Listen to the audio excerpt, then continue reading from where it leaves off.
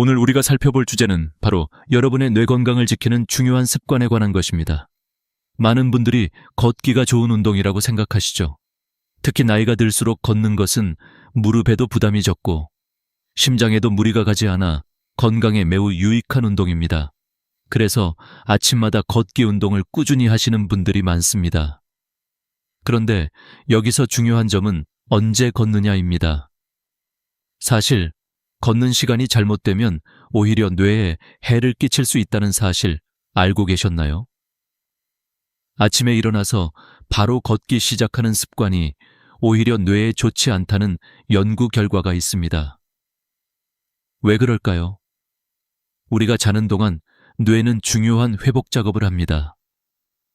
이때 뇌세포는 스스로 청소를 하고 하루 동안 쌓인 노폐물을 처리하는데 이러한 과정은 깊은 잠을 자는 동안에 이루어집니다. 그러나 우리가 너무 일찍 일어나서 걷기 시작하면 뇌가 충분히 회복할 시간 없이 혈류가 급격히 변화하게 되며 이는 뇌에 추가적인 부담을 줄 수 있습니다. 특히 고혈압이나 당뇨가 있는 분들은 혈압의 변화에 민감하기 때문에 더 큰 위험에 노출될 수 있습니다. 그렇다면 걷는 시간대에 따라 뇌가 어떻게 영향을 받는지 그리고 올바른 걷기 시간은 언제인지에 대해 좀 더 구체적으로 알아보겠습니다. 걷기는 단순한 운동이 아닙니다. 여러분의 뇌 건강과 밀접하게 연결되어 있는 중요한 활동입니다. 잘못된 시간에 걷는다면 그 시간이 바로 뇌세포를 서서히 파괴하는 시간이 될 수 있습니다. 이 점을 명확히 이해하고 여러분의 걷기 습관을 조금만 바꿔도 뇌 건강을 지킬 수 있다는 점을 명심해 주세요. 오늘은 바로 이 점을 중점적으로 다루고자 합니다. 많은 사람들이 아침에 일어나서 걷기를 시작하는 이유는 공기가 맑고 하루의 시작을 상쾌하게 시작하려는 마음에서 나오는 것이지만 실상 이 시간이 뇌에 어떤 영향을 미치는지 모르는 경우가 많습니다. 그래서 여러분께 오늘 꼭 알려드리고 싶은 중요한 사실은 바로 언제 걷느냐가 뇌 건강에 중요한 영향을 미친다는 것입니다. 그렇다면 왜 이 시간대가 뇌에 영향을 미칠까요? 우리의 뇌는 하루 동안 쌓인 피로와 노폐물을 처리하는 시간이 필요합니다. 그리고 뇌의 혈류는 우리가 일어나기 전과 후에 큰 변화를 겪습니다. 밤새 몸이 휴식 상태에 있다가 갑자기 일어나서 걷게 되면 혈압이 급격히 변하고 뇌로 가는 혈류가 불안정해집니다. 이때 혈액이 충분히 공급되지 않으면 뇌세포는 산소와 영양분을 충분히 공급받지 못하게 되어 서서히 손상됩니다. 특히 고혈압이나 당뇨와 같은 만성 질환이 있는 사람들의 경우 이 변화가 더 위험할 수 있습니다. 혈압이 갑자기 오르거나 떨어지면서 뇌혈관에 큰 부담을 주게 되고 이로 인해 뇌졸중이나 심각한 뇌질환을 유발할 수 있습니다. 그래서 오늘 이 영상에서 중요한 포인트는 여러분이 걷는 시간대가 단순히 운동 효과만을 결정하는 것이 아니라 여러분의 뇌 건강을 지키는 데 있어서 매우 중요한 역할을 한다는 점입니다. 우리가 아침 일찍 걸을 때 그 시간에 무엇이 일어나는지 그리고 뇌와 몸에 미치는 영향을 분명히 알고 있어야 합니다. 그리고 이 정보를 바탕으로 나의 걷기 시간을 조금만 조정해도 여러분의 뇌 건강을 지킬 수 있다는 사실을 꼭 기억해 주세요. 또한 많은 분들이 걷기만 하면 건강이 좋아질 거라고 믿고 걷는 시간대에 대한 중요성을 간과하는 경우가 많습니다. 그러나 정확한 시간에 걷는 것이 더 중요한 이유는 바로 여러분의 뇌와 혈액순환 그리고 뇌세포의 회복과 관련이 있기 때문입니다. 이 시간대를 잘못 설정하면 오히려 뇌를 서서히 손상시키는 원인이 될 수 있습니다. 이제 여러분은 걷기의 시간대가 뇌 건강에 미치는 영향을 조금이나마 이해하셨을 것입니다.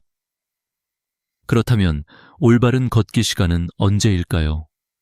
아침에 일어나자마자 걷는 것보다 더 효과적이고 건강에 좋은 시간이 존재합니다. 여러분의 뇌를 보호하기 위해서는 어느 시간이 가장 좋은 시간인지 어떻게 걸어야 하는지에 대한 올바른 정보가 필요합니다. 오늘 영상에서 알려드릴 내용은 바로 그 시간대와 방법에 대한 것입니다. 걷기를 통해 뇌 건강을 지킬 수 있는 방법을 잘 알고 그 시간을 적절히 활용하는 것이 얼마나 중요한지 이해하게 되실 것입니다. 여러분, 걷기 운동은 정말 좋은 운동이지만 그만큼 시간과 장소, 방법을 잘 선택하는 것이 중요합니다. 잘못된 시간대에 걷는다면 그것은 단순한 운동이 아니라 뇌에 해를 끼치는 습관이 될 수 있다는 점을 기억해 주세요. 오늘 이 영상이 여러분이 걷기 습관을 점검하고 더 건강한 삶을 살 수 있도록 돕는 중요한 전환점이 되기를 바랍니다. 앞서 말씀드린 것처럼 우리가 언제 걷느냐는 뇌 건강에 중요한 영향을 미칩니다. 하지만 많은 분들이 아침에 걷는 것이 가장 좋은 운동이라고 생각하는 경향이 있습니다. 아침 공기는 맑고 신선하기 때문에 자연스럽게 하루를 시작하기에 좋은 시간이라고 여겨지죠. 그러나 이런 생각은 위험할 수 있습니다. 뇌의 건강을 지키려면 아침 일찍 걷는 것보다는 하루 중 다른 시간대에 걷는 것이 더 나을 수 있습니다. 오늘은 이러한 사실을 바탕으로 뇌에 부담을 주지 않고 오히려 뇌를 건강하게 할 수 있는 걷기 시간대를 구체적으로 알아보겠습니다. 먼저 아침에 걷는 것이 뇌에 미치는 영향에 대해 깊이 살펴보겠습니다. 많은 분들이 아침 5시, 6시에 일어나서 걷기 시작합니다. 이 시간대는 공기가 맑고 기분 좋게 하루를 시작할 수 있는 시간으로 보이지만 실제로 이 시간대는 혈압이 가장 불안정할 수 있는 때입니다. 우리가 자고 일어난 직후에는 혈압이 급격히 변화하고 특히 뇌에 필요한 혈류가 부족할 수 있습니다. 이로 인해 뇌세포가 산소와 영양분을 충분히 공급받지 못하게 되면 뇌에 큰 부담이 가게 됩니다.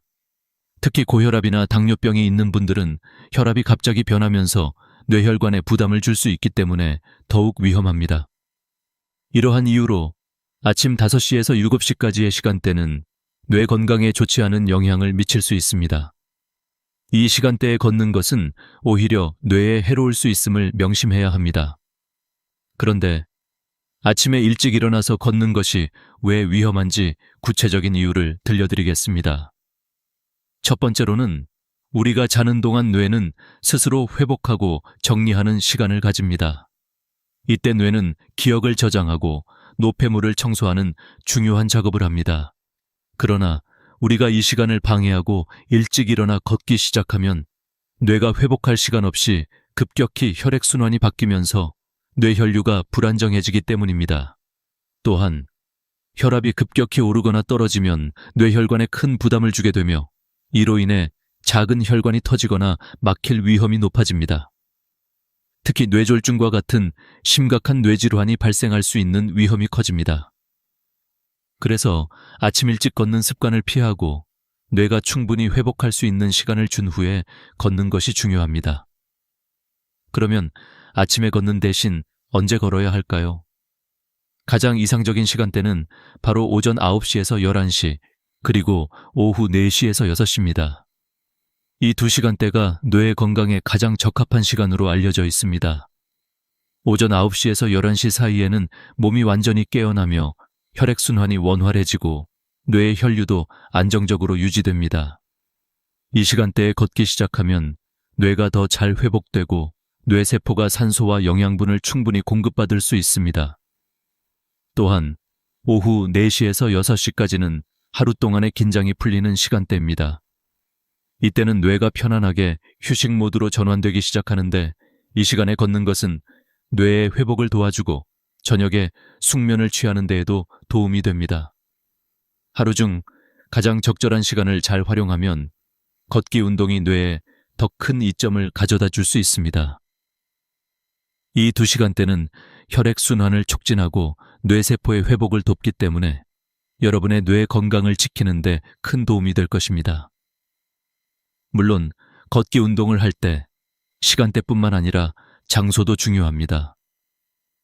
울퉁불퉁한 길이나 차가 많은 도로에서 걷는 것보다는 평평한 산책로나 공원에서 걷는 것이 더 안전하고 효과적입니다. 특히 나이가 많은 분들은 넘어질 위험을 최소화하기 위해 안전한 환경에서 걷는 것이 중요합니다. 또한 걸을 때는 허리를 곧게 펴고 시선은 앞을 향하며 팔을 자연스럽게 흔들어주는 것이 좋습니다. 이처럼 걷기 운동의 자세와 환경도 뇌 건강에 큰 영향을 미치므로 걷는 방식도 신경 써야 합니다. 이제 걷는 시간대가 뇌에 미치는 영향을 조금 더 명확히 이해하셨을 것입니다. 아침 일찍 걷는 것이 뇌에 좋지 않다는 점, 그리고 오전 9시에서 11시, 오후 4시에서 6시 사이에 걷는 것이 더 나은 선택임을 기억해 주세요. 이 시간을 잘 활용하면 뇌 건강을 지킬 수 있을 뿐만 아니라 더 활기차고 건강한 삶을 살 수 있습니다. 그럼 이제 걷기 시간을 조절하는 것 외에도 더 나은 뇌 건강을 위한 몇 가지 실천 방법에 대해 알아보겠습니다. 걷기 운동뿐만 아니라 생활 속에서 실천할 수 있는 다양한 방법들이 여러분의 뇌 건강을 돕는 데 큰 도움이 될 것입니다. 많은 분들이 걷기를 좋은 운동이라고 생각합니다. 하지만 단순히 걷기만 한다고 해서 건강이 좋아지지는 않습니다. 특히 걷는 시간대가 잘못되면 오히려 건강에 해를 끼칠 수 있습니다. 이를 뒷받침하는 연구 결과도 많이 있습니다. 오늘은 그 연구들 중 일부를 소개하고 이들이 어떻게 우리의 뇌와 몸에 영향을 미치는지 알아보겠습니다. 먼저 2015년 미국에서 발표된 연구 결과를 보겠습니다. 이 연구는 사람들의 걷기 시간대와 뇌 건강 간의 관계를 분석한 결과였습니다. 연구자들은 하루 중 다른 시간대에 걷는 사람들의 뇌 건강을 비교했으며 그 결과 아침 일찍 걷는 것보다 오전 9시에서 11시, 그리고 오후 4시에서 6시 사이에 걷는 것이 뇌에 더 긍정적인 영향을 미친다고 밝혔습니다. 연구에 따르면 이 시간대에는 뇌 혈류가 가장 원활하게 흐르고 뇌세포가 산소와 영양분을 충분히 공급받을 수 있는 상태가 되기 때문입니다. 그에 비해 아침 일찍 걷는 사람들은 혈압과 혈당의 변동이 크고 이로 인해 뇌에 부담을 주어 장기적으로 뇌 건강에 부정적인 영향을 미친다고 합니다. 또 다른 연구는 2018년에 발표된 연구로 고혈압 환자들의 걷기 습관과 뇌졸중 발병 위험 간의 관계를 분석한 것입니다.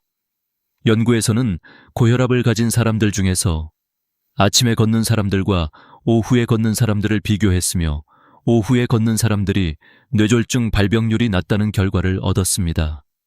이는 아침에 걷기 시작하는 사람들이 급격한 혈압 변화를 경험하면서 뇌혈관에 더 큰 부담을 주기 때문으로 분석되었습니다.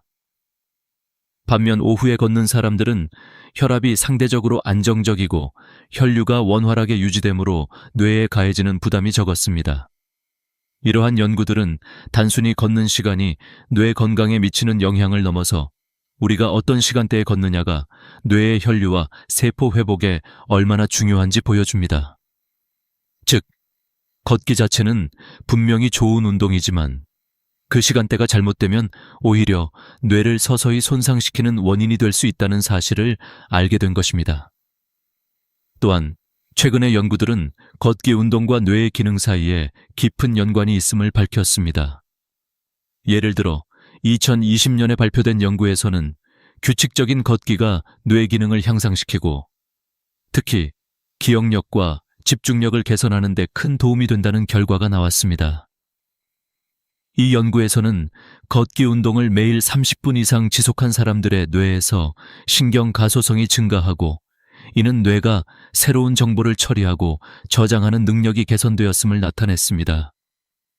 또한 걷기 운동이 뇌의 노화를 늦추고 치매와 같은 신경퇴행성 질환의 위험을 낮출 수 있다는 사실도 확인되었습니다. 그럼에도 불구하고 잘못된 시간에 걷는 습관이 지속될 경우 그 혜택을 충분히 누리지 못할 수 있습니다. 즉, 아침 일찍 걷는 것과 같은 부정적인 시간대에 걷는 것은 뇌에 부정적인 영향을 미칠 뿐만 아니라 오히려 그 장기적인 효과가 상쇄될 수 있다는 점을 명심해야 합니다. 또한 시간이 잘못되면 단기적인 피로감이나 어지러움, 두통 등이 발생할 수 있으며 이러한 증상들은 뇌와 신경계에 부담을 주고 결국 뇌 기능에 영향을 미칠 수 있습니다. 예를 들어 아침에 공복 상태에서 걷기를 시작하면 혈당이 급격히 변하면서 뇌가 필요한 에너지를 충분히 공급받지 못하게 됩니다. 이로 인해 뇌세포가 제대로 기능하지 못하고 장기적으로는 뇌의 노화가 가속화될 수 있습니다. 그렇다면 이 모든 연구들을 바탕으로 우리는 어떤 교훈을 얻을 수 있을까요? 첫째, 걷기는 분명히 좋은 운동이지만 그 시간을 잘 조절해야 한다는 것입니다. 아침 일찍 걷는 것보다는 오전 9시에서 11시, 그리고 오후 4시에서 6시 사이에 걷는 것이 뇌 건강에 더 좋다는 점을 명심해야 합니다. 둘째, 걷기 운동은 뇌의 혈류와 세포 회복에 중요한 영향을 미친다는 사실을 알게 되었습니다. 따라서 걷는 시간을 잘 조절하고 올바른 시간에 걷는 것만으로도 뇌 건강을 크게 개선할 수 있다는 점을 기억해야 합니다. 마지막으로 이러한 연구들은 우리가 걷기뿐만 아니라 일상생활에서 건강을 유지하는 데 필요한 다양한 습관들을 조정해야 한다는 교훈을 줍니다. 특히 나이가 들수록 우리는 더 많은 주의를 기울여야 하며 작은 변화가 큰 건강상의 차이를 만들어낼 수 있음을 깨닫게 됩니다. 걷기는 단순히 건강에 좋은 운동이 아닙니다. 그것은 뇌 건강과도 깊은 연관이 있으며 잘못된 방법으로 걷는다면 오히려 뇌에 해를 끼칠 수 있습니다. 걷기를 통해 뇌를 보호하고 뇌 기능을 개선하려면 몇 가지 중요한 요소를 고려해야 합니다.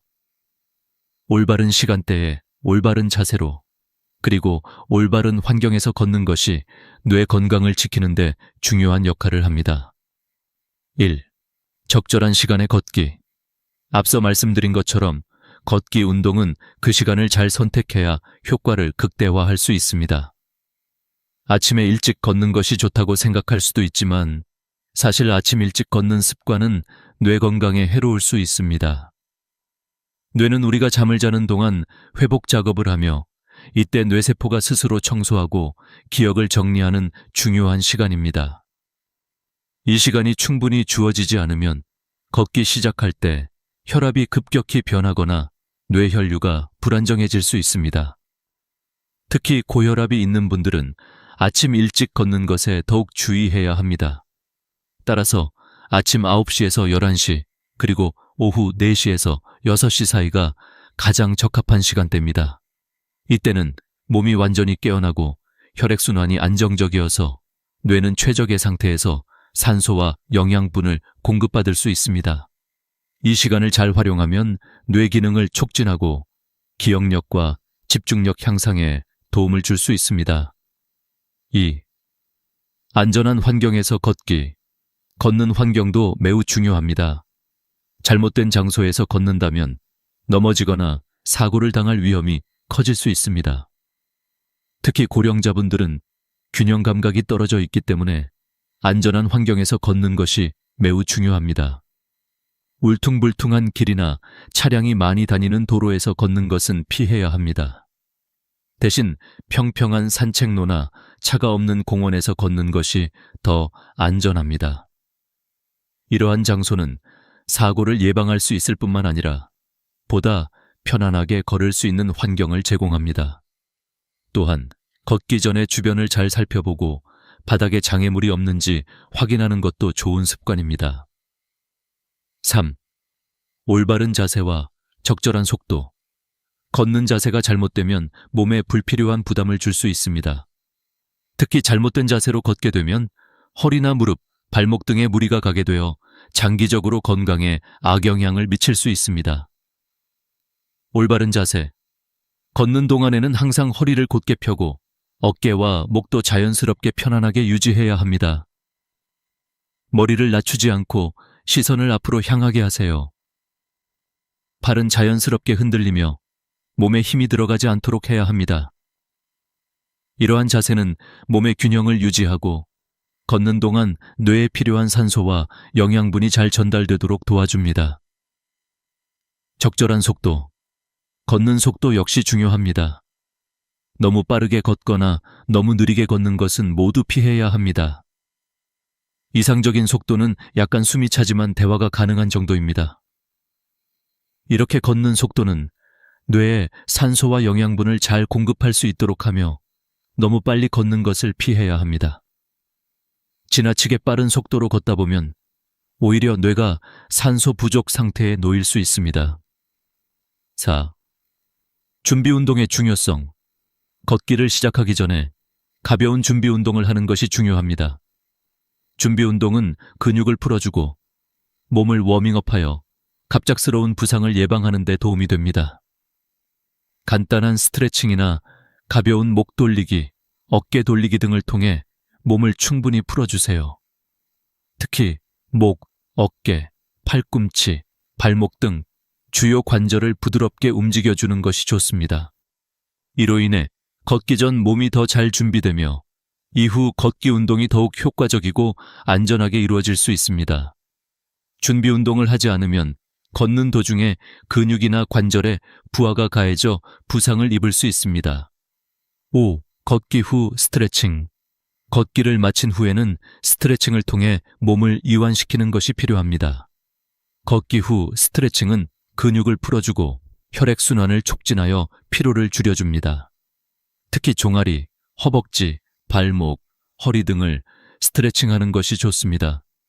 이 과정을 통해 몸에 남아있는 긴장을 풀어주고 근육이 더욱 부드러워지게 됩니다.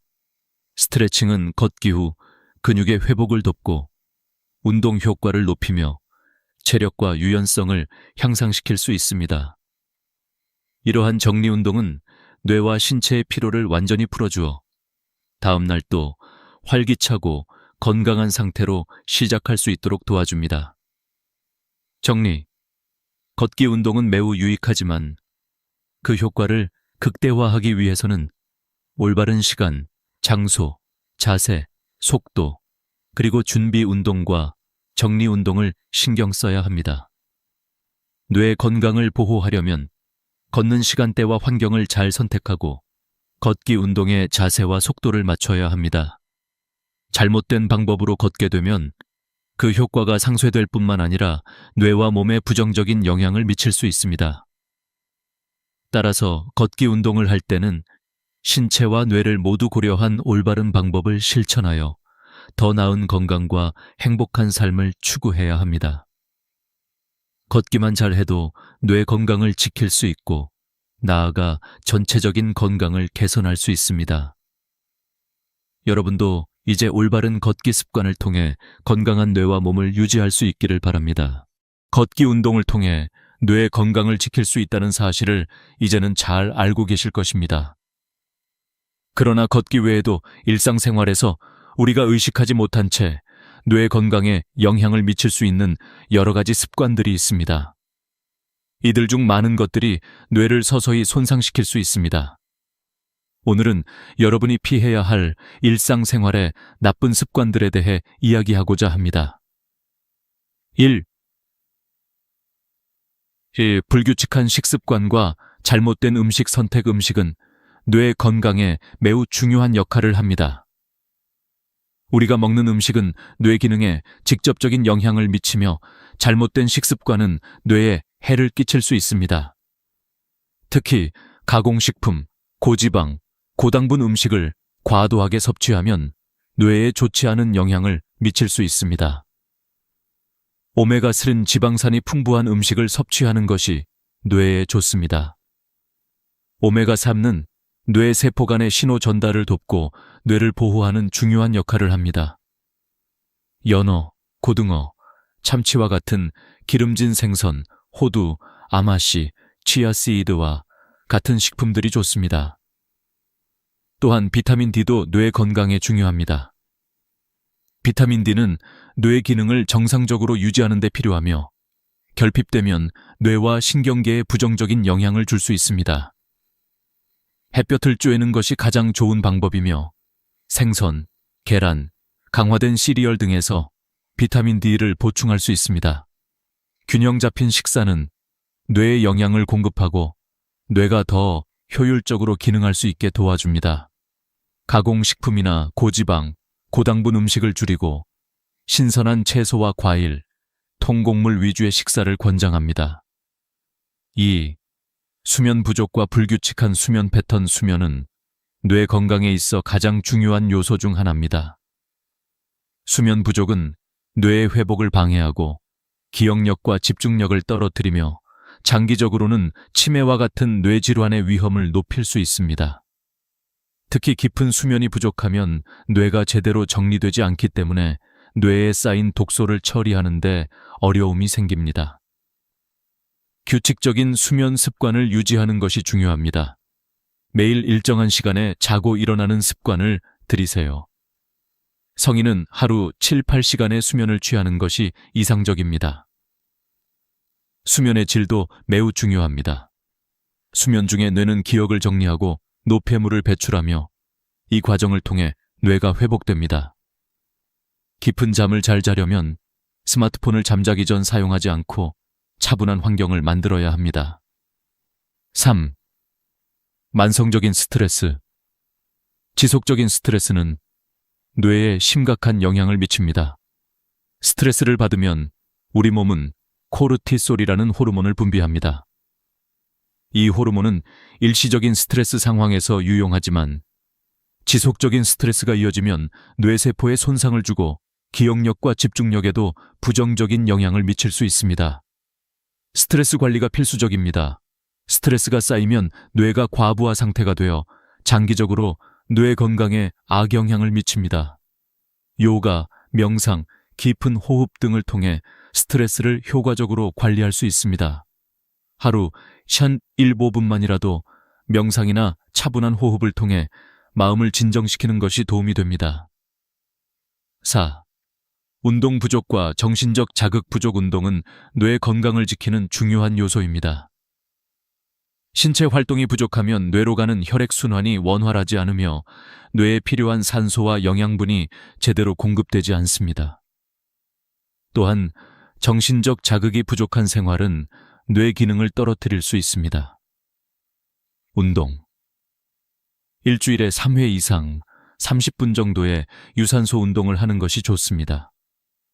빠르게 걷거나 자전거를 타는 등의 운동은 뇌로 가는 혈액 순환을 촉진하고 뇌의 활성화에 도움을 줍니다. 정신적 자극. 책을 읽거나 새로운 것을 배우거나 퍼즐을 풀거나 친구와 대화하는 등 뇌를 자극할 수 있는 활동을 꾸준히 해주세요. 이러한 활동은 뇌세포 간의 연결을 활성화시키고 뇌 기능을 개선하는 데 큰 도움이 됩니다. 5. 음주와 흡연, 알코올과 담배는 뇌에 직접적인 해를 끼칠 수 있습니다. 과도한 음주는 뇌의 신경세포를 손상시키고 장기적으로 뇌 기능 저하를 초래할 수 있습니다. 담배는 뇌로 가는 혈류를 차단하여 뇌세포의 산소 공급을 줄이고 뇌에 손상을 일으킬 수 있습니다. 음주 제한. 지나치게 자주 음주를 하거나 과음하는 것은 뇌 건강에 좋지 않습니다. 음주는 적당히 그리고 가능한 한 가급적 줄이는 것이 좋습니다. 흡연 중단. 흡연은 뇌로 가는 혈류를 방해하여 뇌 기능을 저하시킬 수 있습니다. 흡연을 끊는 것만으로도 뇌 건강을 크게 개선할 수 있습니다. 6. 외로움과 사회적 고립. 사회적 고립도 뇌 건강에 악영향을 미칩니다. 외로움은 정신적인 스트레스를 유발하고 장기적으로는 우울증이나 인지기능 저하를 일으킬 수 있습니다. 사람과의 교류가 부족하면 뇌를 자극할 기회가 줄어들어 뇌 기능이 저하될 수 있습니다. 사회적 교류. 친구나 가족과 자주 대화하고 다양한 사회적 활동에 참여하세요. 새로운 사람을 만나고 그룹 활동에 참여하는 것이 뇌 건강에 좋습니다. 특히 정기적으로 친구나 가족과 시간을 보내면 정신적인 안정감도 얻을 수 있습니다. 결론. 뇌 건강을 지키는 데 있어 중요한 것은 단순히 운동만 하는 것이 아니라 일상생활에서 우리가 어떤 습관을 가지고 있느냐에 달려 있습니다. 불규칙한 식습관, 부족한 수면, 지속적인 스트레스, 운동 부족, 음주와 흡연, 그리고 사회적 고립은 모두 뇌에 해를 끼칠 수 있습니다. 이러한 나쁜 습관을 피하고 건강한 생활 습관을 유지하는 것이 뇌 건강을 지키는 데 중요합니다.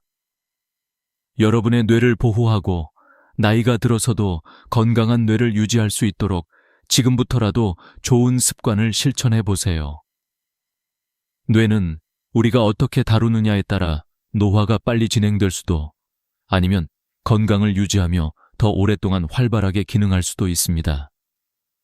지금 시작하면 늦지 않습니다. 지금까지 우리는 뇌 건강을 지키기 위한 여러 방법에 대해 다루어왔습니다. 올바른 걷기 습관을 통해 뇌에 긍정적인 영향을 미치고 나쁜 생활 습관들을 피하는 것이 뇌 건강을 유지하는 데 얼마나 중요한지 알게 되었습니다. 그러나 가장 중요한 점은 지금 이 순간부터 바로 실천을 시작하는 것입니다. 뇌 건강을 위한 변화는 나이가 많고 적음에 상관없이 언제든 시작할 수 있습니다. 많은 사람들이 나이가 들면 뇌 기능이 자연스럽게 저하된다고 생각하지만 사실 뇌는 적절한 관리와 자극이 주어지면 충분히 회복하고 향상될 수 있는 능력이 있습니다. 중요한 것은 어떤 습관을 선택하느냐에 달려 있습니다. 예를 들어 걷기와 같은 간단한 운동, 건강한 식습관, 그리고 꾸준한 정신적 자극이 여러분의 뇌 건강을 지킬 수 있습니다. 작은 변화로 큰 효과를 얻을 수 있다. 우리는 많은 경우 큰 변화만이 효과적이라고 생각하지만 사실 작은 변화들이 더 큰 영향을 미친다는 것을 기억해야 합니다. 뇌 건강을 유지하기 위해서는 시간을 정해놓고 걷기, 식사 후 걷기, 저녁에 가벼운 스트레칭과 같은 작은 습관들이 누적적으로 큰 차이를 만들어냅니다. 이러한 변화들은 단기적인 효과뿐만 아니라 장기적으로 뇌의 기능을 향상시키는 데 도움이 됩니다. 그리고 뇌 건강을 지키는 것은 단지 하나의 방법에 의존하는 것이 아닙니다. 여러 가지 습관을 종합적으로 관리하고 개선해 나가야 뇌의 노화를 방지할 수 있습니다. 우리가 무엇을 먹고 어떻게 운동하며 얼마나 잘 자는지에 따라 뇌가 활발하게 기능할 수 있기 때문입니다. 나이가 들수록 더 중요한 뇌 관리, 특히 나이가 들수록 뇌를 관리하는 것이 더욱 중요합니다. 나이가 많아질수록 뇌는 조금씩 기능이 떨어질 수 있기 때문에 꾸준히 뇌를 자극하고 보호하는 활동을 하는 것이 필수적입니다. 예를 들어 기억력 훈련, 독서, 퍼즐 맞추기, 그리고 친구나 가족과의 대화 등은 뇌를 자극하고 기억력을 유지하는 데 큰 도움이 됩니다. 또한 운동과 식사는 뇌에 긍정적인 영향을 미치는 중요한 요소입니다. 앞서 언급했듯이 오메가3인 지방산이나 비타민 D가 풍부한 음식을 섭취하는 것만으로도 뇌 건강에 큰 도움이 됩니다. 규칙적인 운동도 뇌의 활성화를 돕고 스트레스를 줄이는 데 효과적입니다. 걷기나 자전거 타기와 같은 유산소 운동은 뇌에 산소를 공급하고 혈액순환을 촉진시켜 뇌 기능을 향상시킵니다. 뇌를 위한 새로운 길, 뇌 건강의 전환점. 여러분이 오늘 이 영상을 보고 뇌 건강에 대한 새로운 인식을 가지게 되셨다면 이제 뇌 건강을 위한 실천을 시작해야 합니다. 중요한 것은 작은 변화들을 하나씩 실천에 옮기는 것입니다. 시간을 정해 걷기, 불필요한 스트레스 줄이기, 건강한 식사 습관 유지 등은 모두 간단한 변화들입니다. 하지만 이런 변화들이 꾸준히 실천될 때 여러분의 뇌는 점차적으로 더 건강해지고 기억력, 집중력 등 뇌 기능이 향상될 것입니다. 또한 나이가 들면서 정신적 자극을 줄 수 있는 활동들, 책 읽기, 새로운 언어 배우기, 퍼즐 맞추기, 그림 그리기를 통해 뇌를 계속 자극해 주세요. 뇌는 지속적인 자극이 필요합니다. 뇌는 새로운 정보나 도전적인 상황을 만날 때 활성화되고 이러한 자극이 뇌의 노화를 늦추고 기능을 유지하는 데 중요한 역할을 합니다. 결국 뇌 건강은 우리가 어떻게 생활하느냐에 달려 있습니다. 오늘 우리가 다룬 내용에서 가장 중요한 교훈은 뇌 건강을 지키는 것은 단기적인 목표가 아닌 평생을 두고 지속해야 하는 과정이라는 점입니다. 뇌는 꾸준한 관리가 필요하며 우리가 조금씩 실천하는 작은 습관들이 큰 변화를 만들어냅니다. 걷기, 식습관 개선, 운동, 수면, 스트레스 관리 등 모든 요소가 뇌 건강에 영향을 미친다는 점을 기억해야 합니다. 지금 바로 시작하세요. 지금부터라도 여러분은 뇌 건강을 위한 습관을 실천하기 시작해야 합니다. 나이가 들어서 더 이상 바꿀 수 없다는 생각을 버리고 지금 바로 작은 변화를 시작하세요. 그리고 이러한 변화들이 하루하루 쌓여 나가면서 여러분의 뇌는 점차적으로 더 건강해지고 더 오래, 더 잘 기능할 것입니다. 이제 여러분은 뇌 건강을 지키기 위한 첫걸음을 내디딜 준비가 되셨습니다. 작은 습관의 변화가 얼마나 큰 차이를 만들 수 있는지 실천을 통해 느끼게 될 것입니다. 오늘부터 실천하는 작은 변화들이 여러분의 뇌를 보호하고 더 나은 삶을 위한 밑거름이 될 것입니다. 마지막으로 항상 기억하세요. 뇌는 우리가 어떻게 대하느냐에 따라 빛나기도 하고 어두워지기도 합니다. 여러분이 오늘부터 실천하는 이 작은 변화들이 여러분의 뇌를 밝고 건강하게 유지시켜 줄 것입니다. 앞으로도 뇌 건강을 위한 좋은 습관을 계속 실천해 나가세요. 80세라는 나이는 멀리 있는 것처럼 느껴지지만 어느 날 문득 돌아보면 이미 우리 곁에 성큼 다가와 있습니다.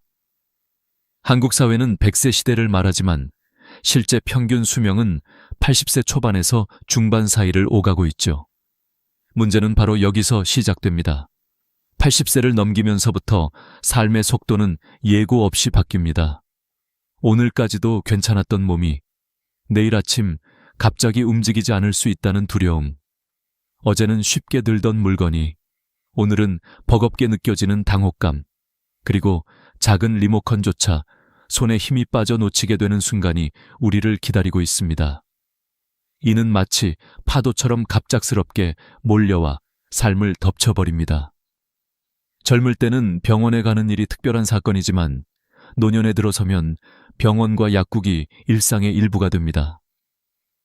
70대와 80대는 완전히 다릅니다.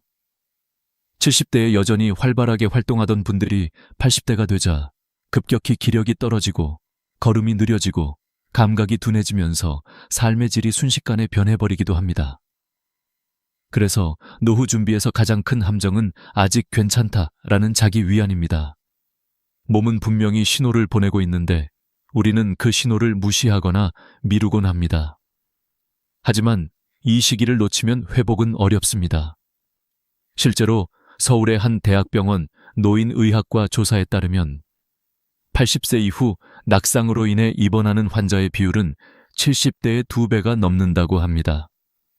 단순히 넘어지는 문제 같아 보여도 이는 삶의 독립성을 위협합니다. 넘어져 다리가 부러지면 회복까지 몇 개월이 걸리고 그 과정에서 걷는 힘을 완전히 잃는 경우도 많습니다.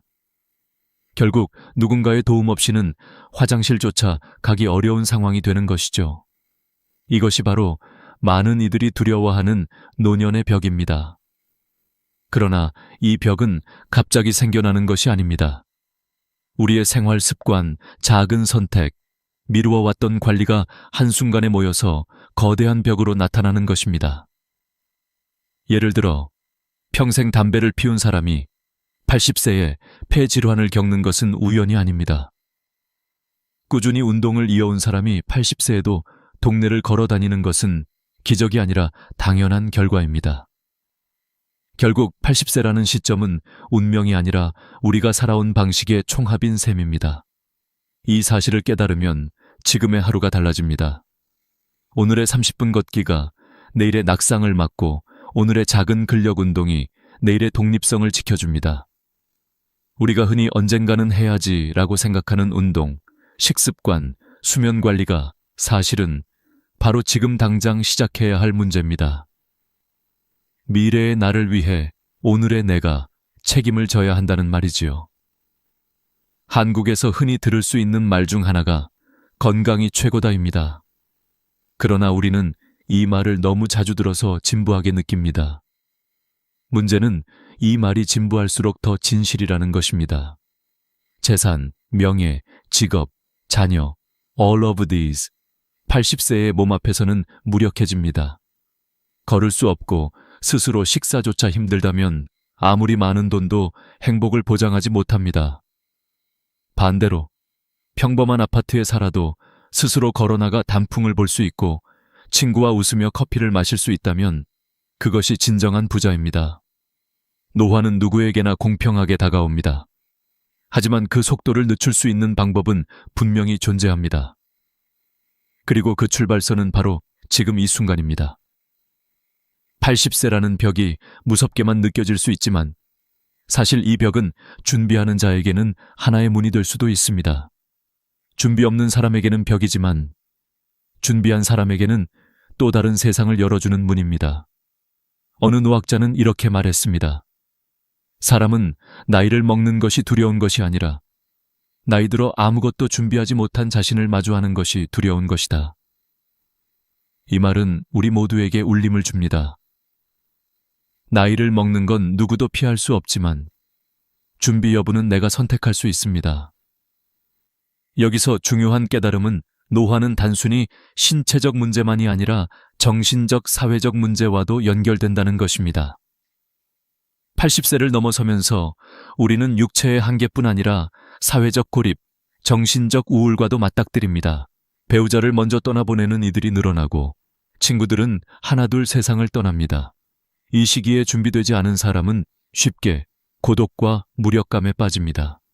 반면 꾸준히 취미를 즐기고 사람들과 소통하며 긍정적인 마음을 지닌 사람은 그 벽을 훨씬 가볍게 넘습니다. 따라서 오늘 우리가 기억해야 할 첫 번째 진실은 이것입니다. 80세 이후의 삶은 완전히 다르다는 것. 그리고 그 다름을 받아들일 준비가 지금부터 필요하다는 것입니다. 단순히 오래 사는 것이 중요한 것이 아니라 어떤 모습으로 살아갈 것인지가 더 중요합니다. 병상에서 누워 남은 시간을 버티며 살 것인지, 아니면 여전히 내 두 발로 세상을 누비며 웃음을 나눌 것인지, 그 갈림길은 지금 우리의 선택에 달려 있습니다. 우리 모두는 언젠가 이 벽 앞에 서게 될 것입니다. 그때 주저앉아 무너질지, 아니면 담담히 걸어 넘어설지는 오늘의 태도와 습관이 결정합니다. 지금 이 순간이 바로 노후의 방향을 바꾸는 출발점입니다. 80세의 인생 벽은 두렵지만 동시에 우리를 깨우는 신호이기도 합니다. 지금 당신은 어떤 준비를 하고 있습니까? 사람을 가장 불행하게 만드는 습관 중 하나는 바로 비교입니다. 우리는 어려서부터 남과 비교하며 자라왔습니다. 학교에서는 성적을 비교했고 사회에 나와서는 연봉과 집 크기, 자녀의 성취까지 비교 대상이 됩니다. 50대, 60대에 들어서면 은퇴를 앞두고 이런 비교는 더 극심해집니다. 친구가 새 차를 뽑으면 괜히 내 차가 초라해 보이고 친척이 연금을 넉넉히 받는다는 소식을 들으면 왜 나는 그런 준비를 못했을까 불안이 밀려옵니다. 그러나 이런 비교는 불행으로 가는 가장 빠른 지름길입니다. 서울의 한 연구조사에 따르면 은퇴 후 우울감을 호소하는 사람들의 70%가 남과 비교 때문에 심리적 불안을 느낀다고 합니다. 이들은 자신의 현재 상황이 아니라 늘 타인의 삶과 기준을 중심에 두고 평가합니다. 하지만 중요한 건 남이 어떻게 사는가가 아니라 내가 어떤 삶을 살고 있는가입니다. 비교의 문제는 단순히 감정의 문제가 아니라 생활 전반에 영향을 미칩니다. 모임에서 친구들과 어울리는 게 부담스러워지고 사람을 피하게 되고 결국 사회적 고립으로 이어집니다. 더 심각한 건 뒤늦게 무리한 도전을 하게 만든다는 점입니다. 누군가는 주식과 부동산 투자에 몰두하고 누군가는 익숙하지 않은 사업을 시작합니다. 50대 이후의 모험은 젊은 시절과 다릅니다.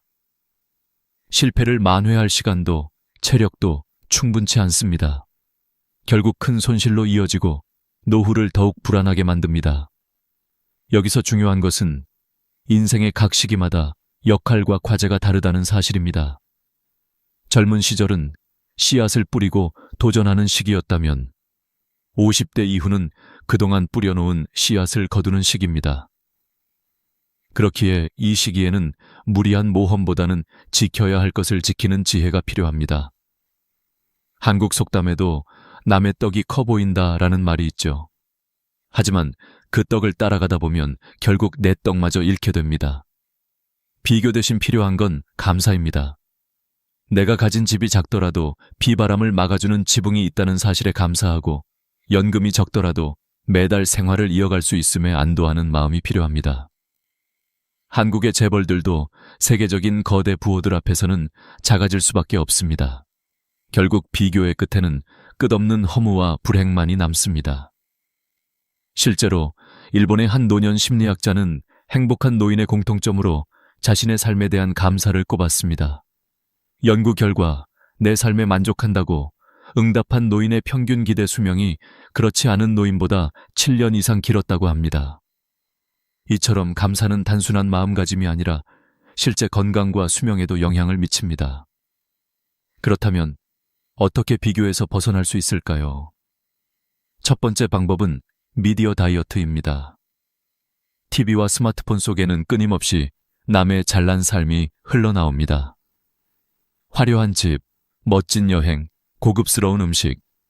그러나 그것은 남의 삶일 뿐 내 삶의 기준이 될 필요는 없습니다.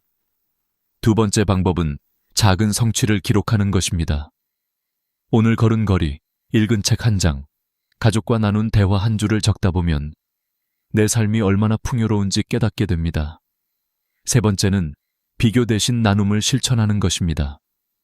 비교는 마음을 닫게 하지만 나눔은 마음을 열게 합니다.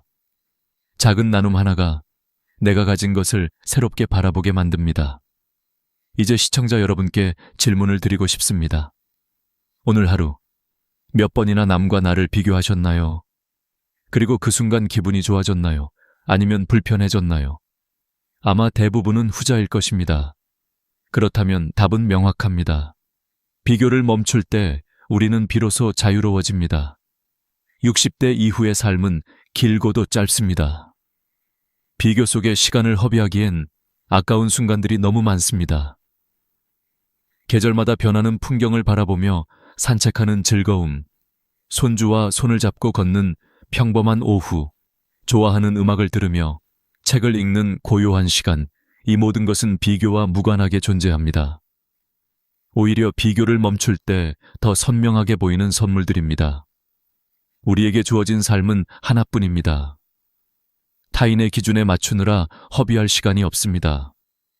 남과 비교하지 않는 것, 이것이 행복한 노후를 여는 두 번째 열쇠입니다. 지금 이 순간 나의 삶이 충분하다고 고개를 끄덕일 수 있다면 이미 반은 성공한 것입니다. 돈은 삶을 유지하는 도구일 뿐인데 우리는 종종 그것을 인생의 목표로 착각하곤 합니다. 은퇴 이후 가장 두려운 말 중 하나는 이제 수입이 끊겼습니다 라는 말일 것입니다. 직장을 다닐 때는 매달 들어오는 급여가 있었지만 은퇴와 동시에 그 안정적인 흐름은 멈추게 됩니다. 문제는 지출은 멈추지 않는다는 데 있습니다. 오히려 나이가 들수록 병원비와 약값은 늘어나고 자녀의 결혼 비용이나 갑작스러운 생활비 부담이 더해지기도 합니다. 그래서 행복한 노후의 세 번째 열쇠는 바로 돈보다 지혜로운 준비입니다.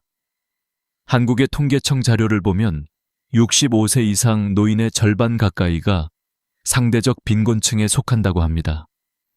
즉, 다른 연령대와 비교했을 때 소득이 절반 이하라는 뜻입니다. 이는 단순한 숫자가 아니라 실제 노인 빈곤과 사회적 고립으로 이어지는 심각한 문제입니다. 이런 현실 속에서 어떻게 하면 돈을 더 모을까보다 중요한 건 어떻게 지혜롭게 관리할까입니다. 첫째, 불필요한 낭비를 줄이는 습관이 필요합니다. 젊을 때는 과소비를 해도 다시 회복할 기회가 있지만 은퇴 후에는 그렇지 않습니다. 예를 들어 70대 한 부부가 매달 외식을 줄이고 대신 손수 요리를 하며 1년에 200만 원을 절약했다고 합니다. 작은 절약이지만 그 돈으로 여행을 다녀오거나 병원비를 충당하며 삶의 만족도가 크게 높아졌습니다. 절약은 단순히 돈을 아끼는 행위가 아니라 미래의 선택지를 넓히는 방법입니다. 둘째, 저축과 투자에 대한 균형입니다. 한국에서는 집 한 채가 노후 자산의 상징처럼 여겨졌습니다. 하지만 자녀에게 물려주겠다는 집착 때문에 주택연금 가입을 꺼리거나 자산을 활용하지 못하는 경우가 많습니다. 그러나 노후 자산은 남겨주기보다 어떻게 활용할 것인가에 초점을 맞춰야 합니다. 평생 모은 집 한 채를 활용해 안정적으로 생활비를 마련한다면 마지막 순간까지도 존엄과 독립을 지킬 수 있습니다. 셋째, 가능한 한 오래 평생 현역으로 살아가는 것입니다. 일하지 않아도 되는 나이라고 생각할지 모르지만 작은 일거리라도 있다는 건 단순히 소득을 넘어 삶에 활력을 줍니다. 실제로 70대에도 마을 도서관에서 근무하며 책을 정리하는 한 노인은 매달 받는 소득보다도 내가 아직 필요하다는 사실에서 더 큰 기쁨을 느낀다고 말했습니다. 몸을 무리하지 않는 선에서 일을 이어가는 것은 경제적, 정신적 안정 모두에 도움이 됩니다. 이 부분에서 중요한 것은 돈의 크기가 아니라 돈을 다루는 태도입니다. 남과 비교하지 않고 허황된 욕심을 버리며 검소하지만 즐거운 삶을 선택할 수 있다면 이미 노후의 절반은 성공입니다. 한국의 유명한 경제 칼럼니스트는 노후에는 자산을 불리려 애쓰기보다 지출을 관리하고 흐름을 설계하는 것이 더 현명하다고 강조했습니다. 이는 재테크보다 생테크, 즉 생활을 기술적으로 관리하는 지혜가 더 필요하다는 의미입니다. 또한 노후 자산을 모두 물려주겠다는 집착은 위험합니다. 자녀에게 지나치게 의지하거나 재산을 일찍 넘겨주면 자신은 생활의 주도권을 잃고 의존적 존재로 전락할 수 있습니다. 실제로 언론에 보도된 사례 중에는 자녀에게 집을 증여한 후 집에서 쫓겨난 노부모 이야기가 심심치 않게 등장합니다. 돈보다 중요한 것은 내가 내 삶을 지킬 수 있는 힘을 끝까지 가지고 있는 것입니다. 이제 우리에게 필요한 질문은 얼마를 모았는가가 아니라 어떻게 쓰고 있는가입니다. 평생 모은 재산을 단 한 번도 즐기지 못하고 떠나는 것만큼 안타까운 일은 없습니다. 물론 무분별한 낭비는 위험하지만 자신이 살아있는 동안 누릴 수 있는 즐거움을 외면하는 것도 또 다른 낭비입니다. 맛있는 음식을 먹고 보고 싶었던 곳을 여행하며 배우자와 소소한 선물을 주고받는 것이야말로 재산을 올바르게 활용하는 방법입니다. 돈은 우리가 죽을 때까지 함께하지 않습니다. 다만 살아있는 동안 돈을 어떻게 쓰느냐가 남은 삶의 품격을 결정합니다. 그리고 그 품격은 자녀에게도 가장 큰 유산이 됩니다. 부모가 남겨주는 것은 단순히 재산이 아니라 어떻게 품위 있게 나이 들어가는지 보여주는 본보기이기 때문입니다. 따라서 행복한 노후의 세 번째 열쇠는 더 많은 돈을 갖는 것이 아니라 지혜롭게 다루는 것입니다. 오늘의 소비와 내일의 안정을 균형 있게 관리하며 필요 없는 비교와 욕심을 내려놓을 때 우리는 비로소 풍요로워집니다. 재산이 많아도 불안한 사람보다 적어도 만족하는 사람이 더 부유한 삶을 사는 것입니다. 나이가 들어가면서 많은 부모들은 자녀에게 모든 것을 쏟아붓습니다. 학비를 대주고 결혼을 도와주고 집을 마련해주고 심지어는 은퇴 후에도 생활비를 보태주려 애씁니다. 한국 사회에서는 이런 헌신이 부모의 의무처럼 여겨지기도 했습니다. 하지만 그 결과는 언제나 아름답기만 한 것은 아닙니다. 실제로 신문 기사에서는 자녀에게 재산을 모두 물려주고 나서 오히려 버림받은 부모의 사례가 심심치 않게 등장합니다. 오늘 우리가 나눌 네 번째 열쇠는 바로 자녀 집착에서 자유로움으로입니다. 부모의 지나친 집착은 결국 부모와 자식 모두를 불행하게 만듭니다. 부모는 자신이 가진 것을 모두 쏟아내면서도 끝내 만족하지 못하고 자녀는 부모의 지원에 익숙해지며 독립심을 잃습니다. 어떤 어르신은 이렇게 고백했습니다. 내가 아이들을 위해 모든 걸 해줬는데 결국 내 노후는 텅 비어버렸다. 이 말 속에는 깊은 회한이 담겨 있습니다. 심리학 연구에 따르면 자녀에게 지나친 지원을 한 부모일수록 노후에 더 큰 외로움과 배신감을 경험한다고 합니다. 왜냐하면 기대가 크면 실망도 크기 때문입니다. 자녀는 이미 독립한 성인이지만 부모의 마음속에서는 여전히 의지해야 할 대상으로 남아있기 때문에 갈등이 생기게 되는 것이죠. 이 문제를 해결하기 위해서는 먼저 기대를 내려놓아야 합니다. 부모가 자녀를 사랑하는 것은 당연하지만 사랑과 집착은 다릅니다. 사랑은 자녀가 독립하도록 돕는 것이고 집착은 자녀를 내 곁에 묶어두려는 것입니다. 따라서 부모는 일정한 시점까지만 도움을 주겠다고 스스로 기준을 정하는 것이 필요합니다. 예를 들어 대학 졸업까지 또는 결혼할 때까지만 지원하겠다는 약속입니다. 이렇게 하면 자녀도 스스로 설 수 있는 힘을 키울 수 있습니다. 또한 자산을 무리하게 한 번에 물려주기보다는 연금 형태로 전환하는 방법도 있습니다. 매달 일정한 금액이 생활비로 들어온다면 부모는 마지막까지도 자립적인 삶을 유지할 수 있습니다.